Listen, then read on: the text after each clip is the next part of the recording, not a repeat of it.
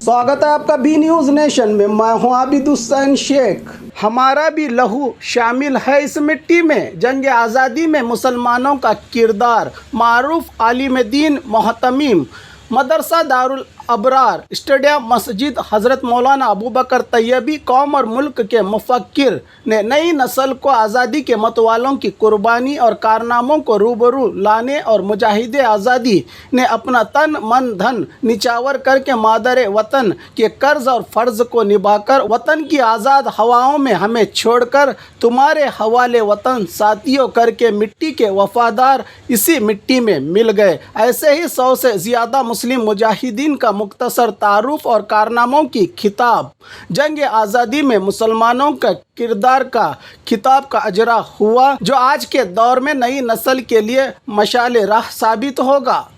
खुसूसी खिताब में हज़रत मौलाना सैयद फैसल सक़ाफ़ सादात मेहमानाने खुसूसी में रियाज़ फ़ारूकी अब्दुल हमीद अतनी और बशीर अहमद खादिम रहे मौजूद। मदरसा दारुल अबरार और KGPS एसोसिएशन के इश्तराक से इस अजीमुशान जलसे का अहतमाम करके हमारा भी लहू शामिल है इस मिट्टी में का पैगाम दिया कौम और मुल्क के गैरतमंद अफराद को।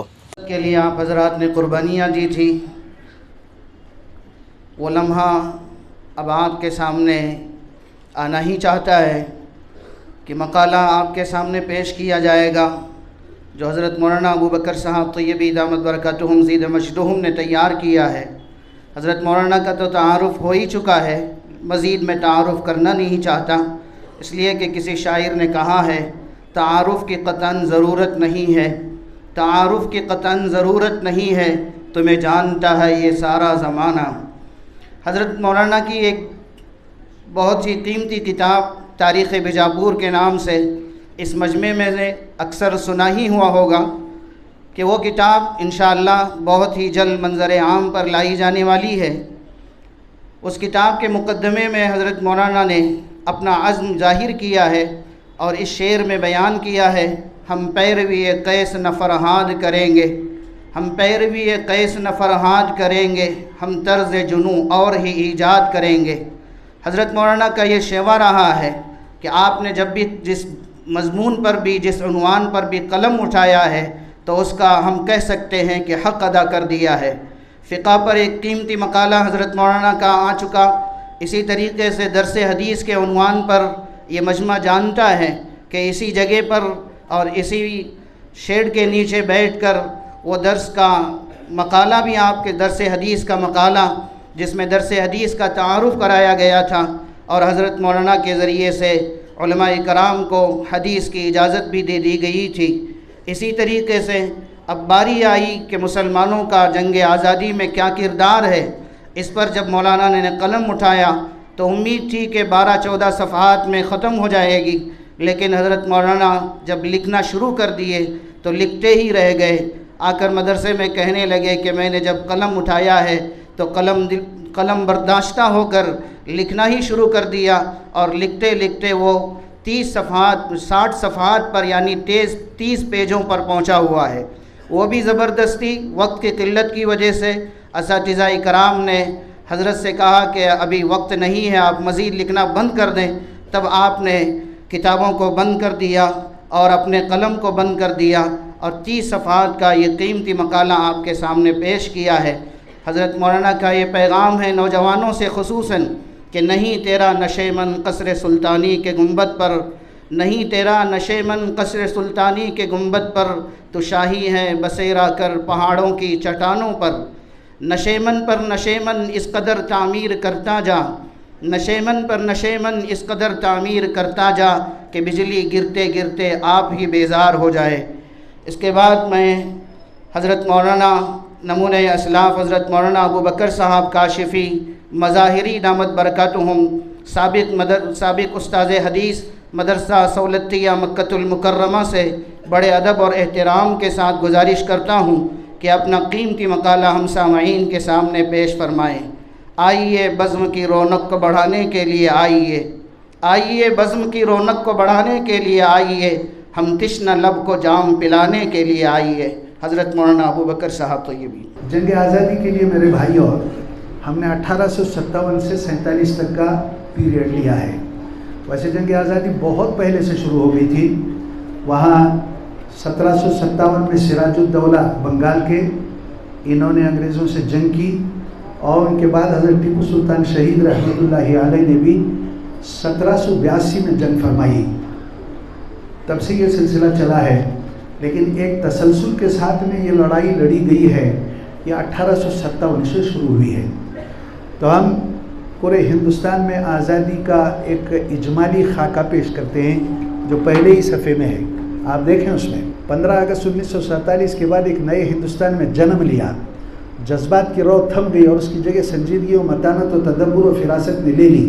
اب جب کہ اپنے قوم اور اپنی قوم کو بنانے کے اختیارات ہمارے ہاتھ میں آ گئے تھے، تو ہمارے سامنے تعمیر نو کے علاوہ کوئی دوسرا پروگرام نہ تھا. لیکن ہندوستان کی آزادی کے ساتھ ایک تلخ حقیقت جو تقسیم ملک کی شکل میں ہمارے سامنے آئی، اس نے بہت سے دل و دماغ میں رد و عمل کا ایسا جذبہ پیدا کر دیا جس نے آخر میں منافرت، بدگمانی اور تنگ نظری کو جنم دیا. چونکہ تقسیم کے اثرات انتہائی دلدوز اور روح فرسا ہونے کے ساتھ دور رس اور دیر پا بھی ہوئے، اس لیے اس کی لپیٹ میں ہندوستان کی جنگ آزادی کی تاریخ بھی آ گئی، اور واقعات کو اس ڈھنگ سے پیش کیا جانے لگا کہ مسلمان جو ایک صدی سے جنگ آزادی کے میدان میں اگلی صفوں میں تھے، ان کو اسٹیج سے ہٹا دیا گیا اور ان کے کارناموں پر یا تو دبیز پردہ ڈال دیا گیا، یا ان کی جد و جہد کے واقعات و حقائق کو اس انداز سے پیش کیا گیا کہ ان کی صورت مسخ ہو کر رہ گئی. اس لیے ضرورت ہے کہ جنگ آزادی کا سرسری جائزہ لیا جائے. پوری 19ویں صدی میں جنگ آزادی کا ایک ہی راستہ سمجھا جا رہا تھا کہ وہ طاقت و تشدد کا استعمال، خلفشار اور بدمنی پیدا کرنا اور بغاوت کے جذبات کو ہوا دینا. اس پورے دور میں مسلمان تنہا برطانوی حکومت سے نبرد آزما تھے، جبکہ انگریزوں کے مقابلے میں ہندو طفل مکتب شمار کیے جاتے تھے. چنانچہ بنگال سول سروس کے ایک افسر کی رپورٹ کے الفاظ یہ ہیں: عزم، تعلیم اور ذہنی صلاحیت کے اعتبار سے مسلمان غیروں سے زیادہ فائق ہیں، اور نسبتاً ان کے یہ دوسری قوم طفل مکتب ہیں. علاوہ ازیں مسلمانوں میں انتظامی صلاحیت بھی بہت زیادہ ہے. نیچے اور دیکھیں، اس خبر کی کوئی تردید نہیں کی گئی کہ سندربن کے کمشنر نے گورنمنٹ گیزٹ میں اعلان کیا تھا کہ جو ملازمتیں خالی ہو گئیں ان پر سوائے غیر مسلموں کے کسی دوسرے کو مقرر نہ کیا جائے. مسلمانوں نے جنگ آزادی کا یہ سفر تنہا ہی شروع کیا، اور ایک ٹھوس حقیقت ہے کہ 1900 تک جتنے مسلمان مجاہدین آزادی پھانسی پر لٹکائے گئے، یا کالا پانی کی کربناک زندگی گزاری، یا عمر قید کی سزا بھگتی، یا صفوں میں کھڑا کر کے گولیوں سے بھون دیا گیا، یا توپ کے منہ پر باندھ کر لوگوں کو اڑا دیا گیا، بنسبت دوسری قوموں کے سب سے زیادہ مسلمان ہی تھے. اس کے ایک سپہ سالار تھے مولانا محمد علی جوہر صاحب، اور یہ دوسرے بھائی تھے مولانا محمد علی شوہر. بیجاپور کی سینٹرل جیل میں ایک عرصہ گزار چکے ہیں. یہ بیجاپور والوں کو نہیں معلوم ہے، میں نے ان کا ریکارڈ نکلوایا تھا، لیکن وہ ریکارڈ ان کے پاس سے ختم ہو گیا ہے، لیکن پرانی تاریخ کی کتابوں میں موجود ہے. جب انگریز فوج کے سپاہیوں نے برطانوی حکومت کے خلاف بغاوت کر دی، یہ میرٹھ میں ہوا تھا، اور اپنے انگریز افسروں کو گولی مار کر دہلی پر قبضہ کرنے کے لیے چلے، لیکن یہ تحریک کامیاب نہ ہو سکی. تحریک کی ناکامی نے انگریزوں کے دل میں انتقام کی آگ بھڑکا دی، جس کے نتیجے میں مسلمان بری طرح کچل دیے گئے. دہلی کا چاندنی چوک ہی نہیں بلکہ شہر کے ہر چوراہے پر سولیاں نصب کی گئیں. دہلی اور دہلی کے اطراف درختوں کی شاخوں پر سولیاں لٹکائی گئی، اور جو بھی معزز مسلمان انگریزوں کے ہاتھ چڑھ جاتا اس کو ہاتھی پر بٹھایا جاتا اور سولی اس کے گردن پہ ڈال کر ہاتھی کو آگے بڑھا دیا جاتا. یہ روح فرسا اور دل دہلا دینے والا ماحول تھا جس میں ہندوستان کی جنگ آزادی میں مسلمان مجاہدین نے اپنے سفر کا آغاز کیا.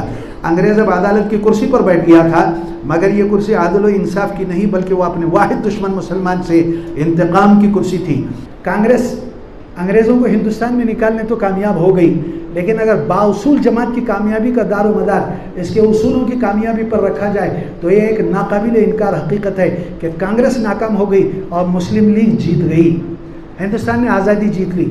18 جولائی 1947 کو لندن سے ایک نامہ نگار نے ہندوستان خبر بھیجی کہ آج برطانیہ کے حساب سے ٹھیک 10:40 پر برطانوی دارالعمرہ کے کمیشن نے ہندوستان کی آزادی پر شاہی منظوری کا اعلان کر دیا. اس سے پہلے 10 جولائی 1947 کو برطانیہ کے وزیر اعظم مسٹر ایٹلی نے اعلان کیا تھا کہ ہندوستان کے governor general lord Mountbatten ہوں گے اور پاکستان کے مسٹر جناح. اس کے بعد 15 اگست 1947 کو ہندوستان آزاد ہو گیا.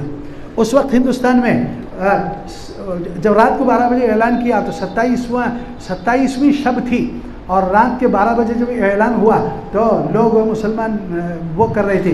یہاں ایک گاؤں ہے गूडूर करके, वो गूडूर में है, पुरानी मस्जिद है। वो पुरानी मस्जिद के एक बांगी साहब थे, अब तो नहीं रहे, इंतकाल हो गया। हमारी जमात गई थी तो ये बोलते थे कि मौलाना मैं यहाँ बांगी था और रात को हमें इबादत कर रहे थे। मुझे ये सब सुनने का बहुत शौक़ था। रेडियो पर मैं ये ऐलान सुना और वो 27 रमज़ान थी। तो मेरे प्यारे भाइयों, ये मकाला मुख्तसर अंदाज में हमने पढ़ लिया।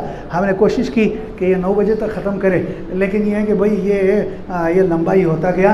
आप हज़रात के सब्र का हम इम्तिहान लेना नहीं चाहते। आपने बहुत सब्र से सुना।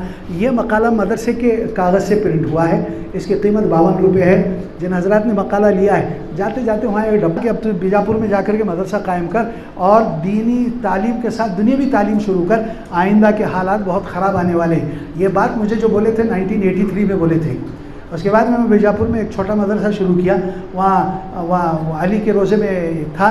फिर उसके बाद में ये मस्जिद ऐसी पड़ी हुई थी, इस पर कब्ज़ा किया। मस्जिद के ज़िम्मेदारों ने साथ दिया और 7 बच्चों से हमने मदरसा शुरू किया। मैं पकाता था, मैं खिलाता था, मैं झाड़ू मारता था, मैं पढ़ाता था। लेकिन ये कि अल्लाह ने इसमें बरकत दी, मस्जिद वालों ने भी बहुत साथ दिया, जिसकी वजह से आज इस मस्जिद में 210 बच्चे पढ़ते हैं और अब तक 150 बच्चे हिफ्ज़ कर चुके हैं और तकरीबन इससे कुछ कम बच्चे मैट्रिक इम्तिहान पास करके आलिम भी बने हुए हैं। और ख़बरों के लिए देखते रहिए बी न्यूज़ नेशन।